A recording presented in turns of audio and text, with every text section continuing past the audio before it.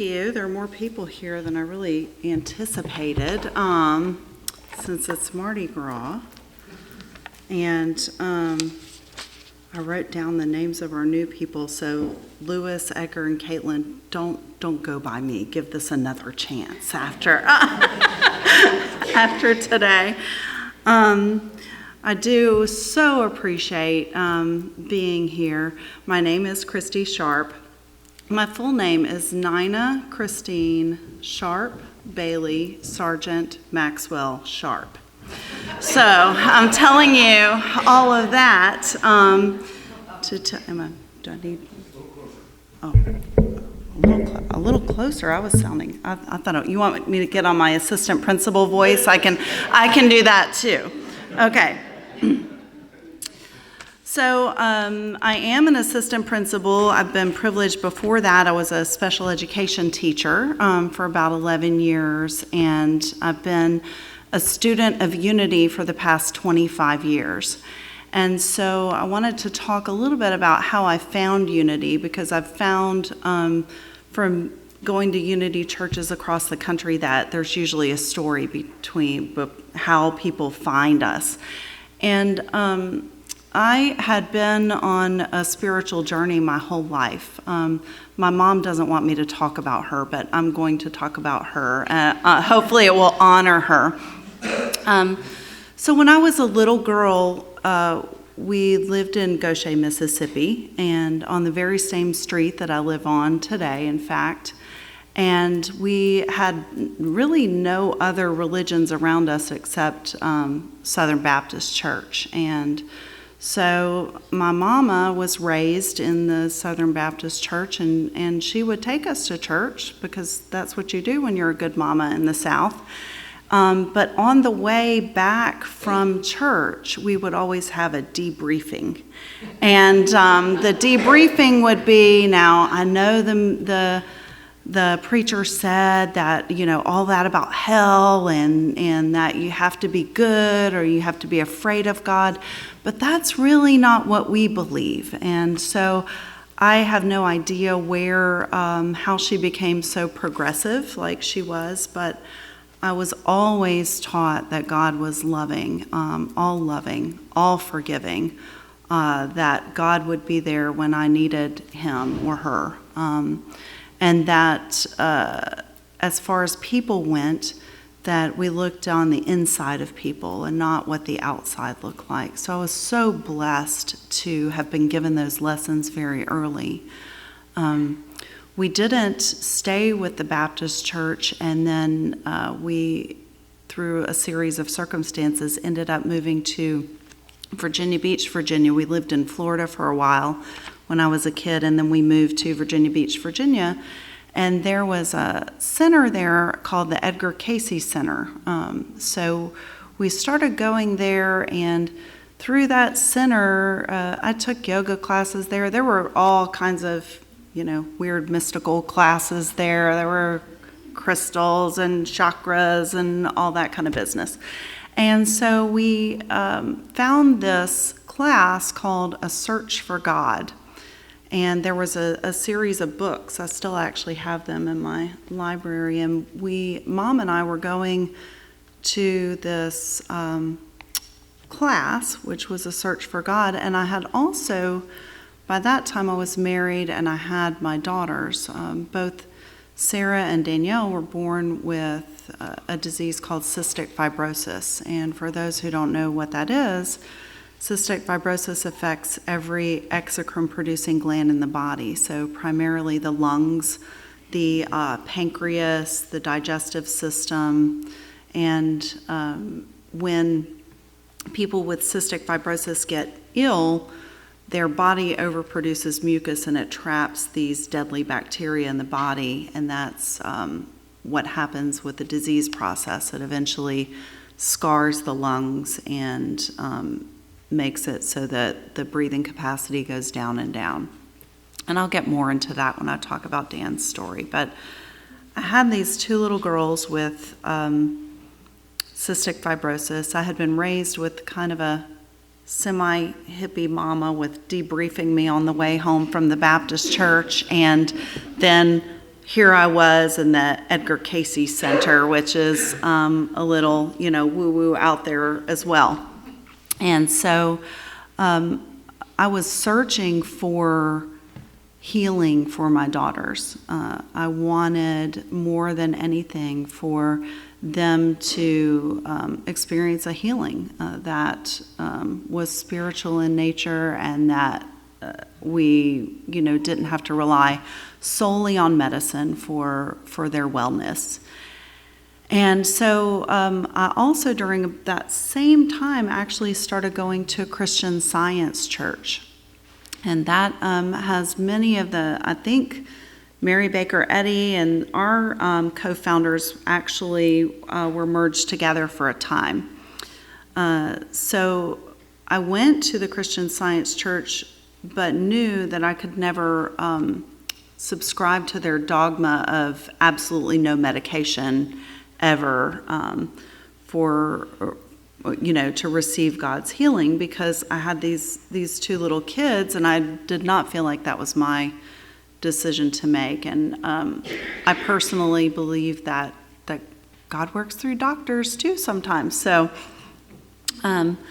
we went to this spiritual Search for God group, and Mom and I met this lady who we affectionately started to call her Glenda the Good Witch. So she was just kind of out there with her beliefs, but she was always talking about like putting crystals in baskets and blasting it with energy. And it's funny, today standing here, that doesn't sound so weird, but the version of me back during that time, I was like, she's obviously a kook. Like, that is nuts. And so but Glenda is the one who, when I was talking about the Christian Science church, she said, that sounds like unity, only without all the rules about doctors and medicines. And so I said, okay. So I found a unity church in Virginia Beach, Virginia, and my minister was Reverend Joyce Kramer. And that was where I got my start on the unity journey. And from the moment that I walked through the door, I knew that I was spiritually home. And I'm so glad, I brought my phone up here, but I'm so glad that this little card is up here. This is something that I carried around in my wallet for always when my girls were small, and it has the 5 unity principles. So when anyone asks me what is unity, I always keep it simple, because we do live in the South, and there are a lot of ideas about what makes someone a good Christian. And I know that being a part of unity makes me a good Christian 100%. So when anyone asks me what is unity about, I say, well, we really keep it pretty simple. We believe in Jesus' 2 commandments, which is love God with all your heart and love thy neighbor as thyself. And but these 5 little principles are also the guiding force with God is all good and active in everything, everywhere. I am naturally good because God's divinity is in me and in everyone. I create my experiences by what I choose to think and what I feel and believe. Through affirmative prayer and meditation, I connect with God and bring out the good in my life. I do and give my best by living the truth I know. I make a difference. And so those little simple guiding principles have been the foundation for not only my spiritual life, but my life as I've gone along. So I often have had many conversations with God asking, why on earth did you think that this was a good idea, giving me these 2 beautiful daughters with cystic fibrosis? But I also felt a sense of purpose, like that was really and truly what I was destined to be, was to be Dan and Sarah's mom. And now Micah's mom, of course. Micah does not have cystic fibrosis, so really blessed that way. I've had the gift of being married to two wonderful men who I am no longer married to either of those men. So that is, all of those things are a gift. The marriages, the divorces, all of it. And many of you probably know, many of you know Dave, my ex-husband, and just know that we are now in a place where we're wishing each other well and praying for each other's happiness, and so that's a beautiful thing as well in my life. And it's only through the principles of unity and being able to really embrace healing and forgiveness that I've been able to come semi-gracefully. Sometimes I feel like I'm sliding face first. I don't feel like it's graceful at all, but semi-gracefully through the challenges that we've been given. So with cystic fibrosis, there are a lot of hospital stays, and the girls would get sick and often be hospitalized for a week or two at a time. My family has always been very supportive, jumping in to take turns in helping out with them. We've got pictures and memories of the girls riding up and down the hospital hallways in little wagons, with IV poles in tow, just screaming and laughing and having fun. Many games of skip bow and Uno in the hospital, and we spent a lot of time together, and we were very, very close. The girls always did anything that they wanted to do. They, growing up, played softball and soccer and played in the band and did amazing things considering that they had a significant disability.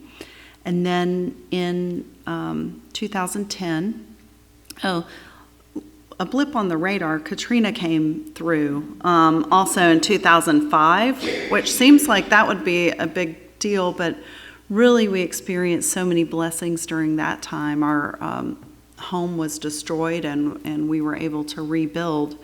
The girls had to move off to Birmingham to live with their dad for a time because the air quality in this area was so poor. But through all of that, unity was always present. We've attended unity in Birmingham. We've attended unity in Mobile. We've attended unity in Virginia Beach when we lived there. We've always come back to unity churches and unity groups, and it's been such a support and a blessing through all of it. So in 2010, what happened was that we started to see a difference in Danielle's health, and gradually her lung functions kept falling, and there was it seemed like there was no magical answer. The doctors didn't have an answer, and the process of cystic fibrosis was just taking over. Scar tissue was ravaging her lungs, and she was then dependent on oxygen. And she, in fact, when she graduated high school, she rolled her oxygen concentrator across the field.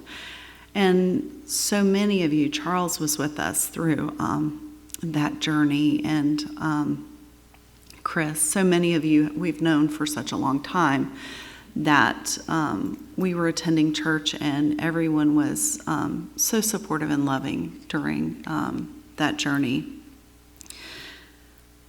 One of the things that Unity has taught me is that I don't have to rely on quotes from the Bible, and I've never had to rely on faith. It's one of the 12 powers, but thankfully God has never called me to have to use that one very much. God has 100% shown up in my life in living color through people, and that has happened through this whole journey. So when Dan's lungs failed, it became evident that she was going to have a double lung transplant, and so she got listed at UAB, and she lived in Birmingham with her dad for nearly 2 years. They told us that she had about 2 years to live. We got 6 false alarm calls for lungs during that time that she was listed there. And the lungs never came. And that Thanksgiving, it was after she had been waiting for 2 years, she said her lung functions were at like 14%. And she said, "Mama, I just want to come home." And so Mom and I got in the car. We packed up all the oxygen and everything we would need to transport her, and we went and got her and brought her home to the coast because she wanted this to be her last Christmas and holiday at the coast. So I brought home my beautiful 19-year-old daughter to have her last holiday with us all. And you all were here for that as well, through the fear of it, the grief of it, the what will I be when I've lost a child, and I just appreciate that so much. But again, God shows up in this wild, vivid living color in my life, and we got her moved back down, and I heard that Ochsner's had opened their transplant program again after Katrina. And so I called the line, the number someone had gave me, and I got straight through to the transplant coordinator. Now, if you've ever had to call for any kind of major medical stuff, you know that is not reasonable. You don't get straight through to Stephanie, the transplant goddess. It just doesn't work. But I did that day, like there was no secretary, no nothing. And I told her my story and Dan's story and how she had been waiting for 2 years. And she said, "Why so long?" And I was like, "Well, I don't know. You tell me, why so long?" And so we got her listed at Ochsner's, and she was listed in December, and she got a transplant in January of 2012. And so it was an amazing whirlwind of a ride. We had Reverend Judy came, Reverend Christy was there. We had people from the Baptist church camped out in the foyer of the hospital. Everyone came, and it was this magical, amazing, miraculous time.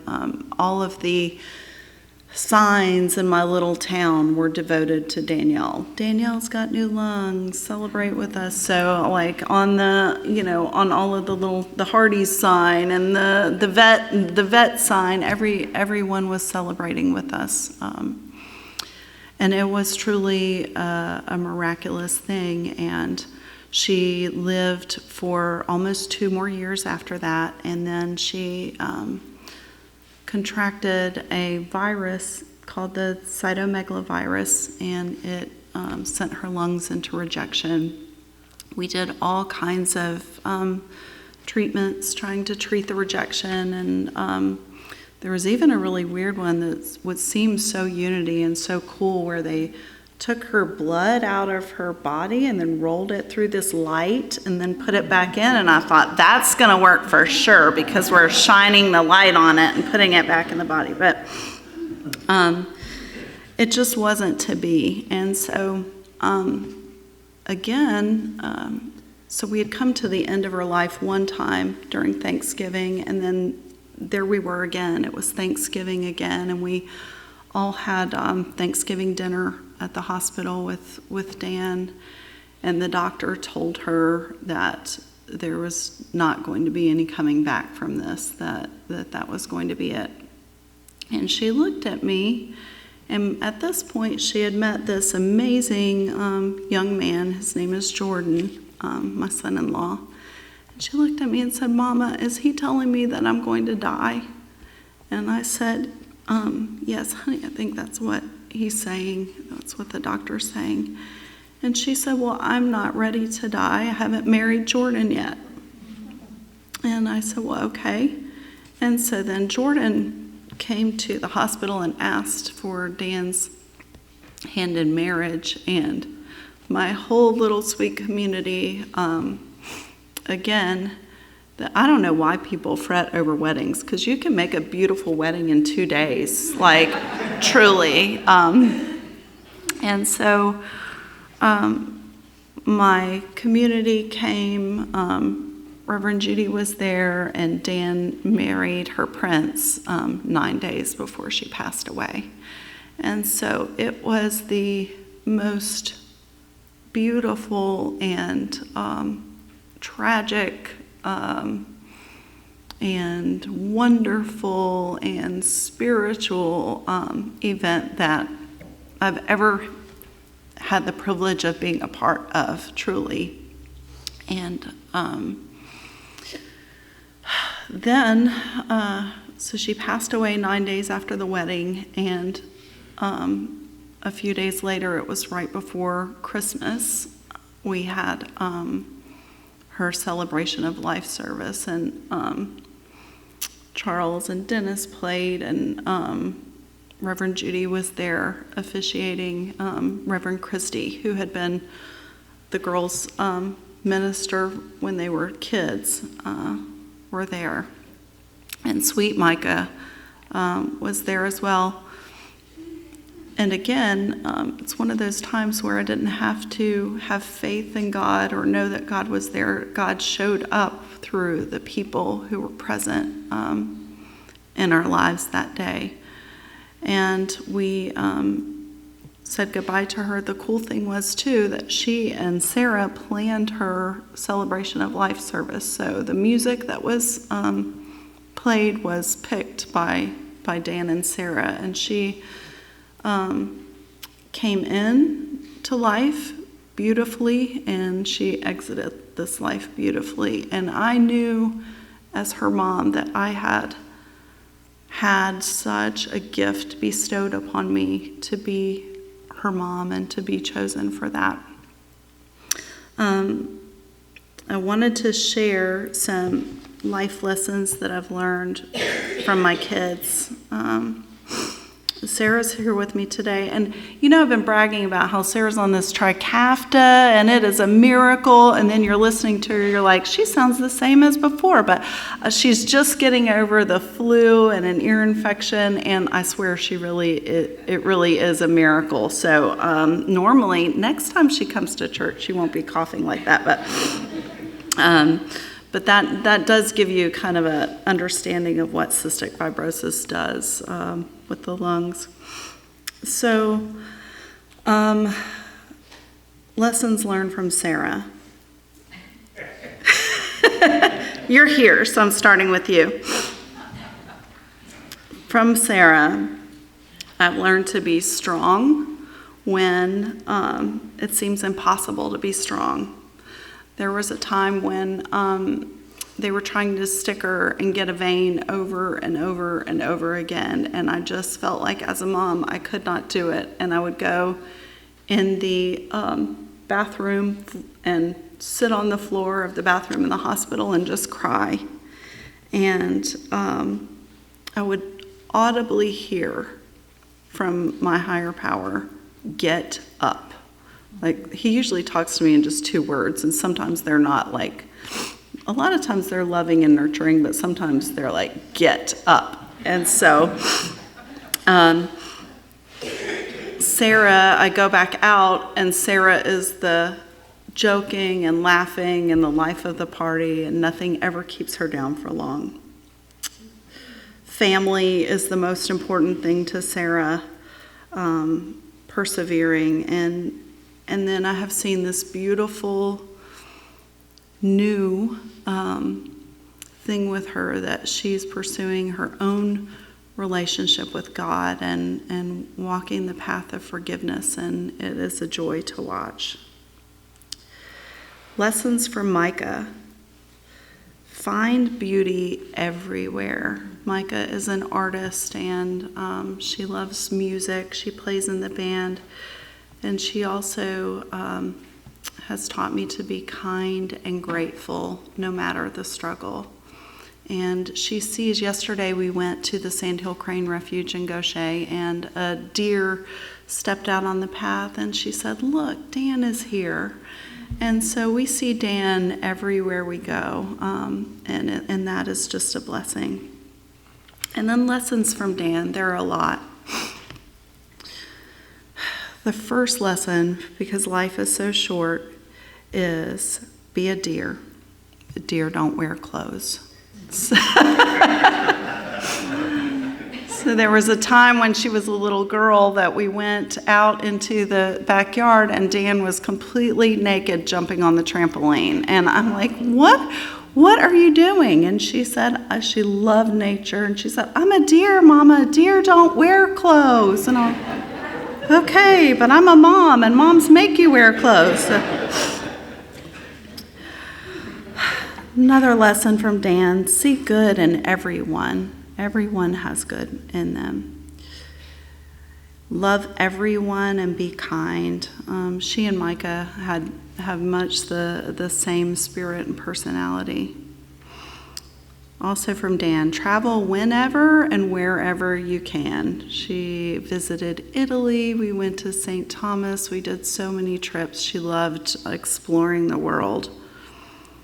Fall in love every chance you get. All right, this one's really important. Always fix your hair before a big surgery. So you need to look your best when you're coming out on the other side. The next one is ignore a lot. So sometimes people behave in ways that are unbecoming, and ignoring it works well. There's a fine line between serenity and apathy.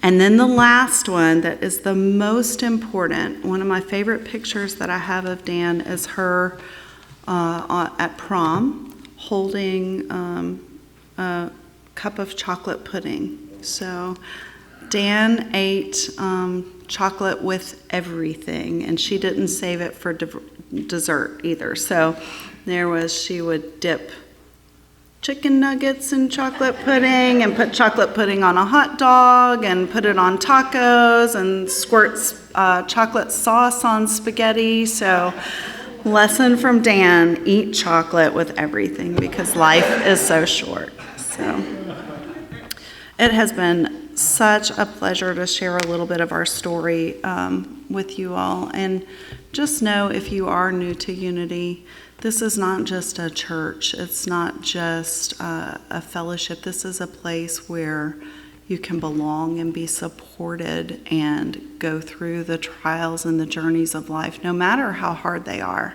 and have a group of people who are there supporting you along the way. And it is just such a blessing to be here and be a part of it. I don't get here as often as I would like, but Unity is my home, and you all are my family. And thank you so much.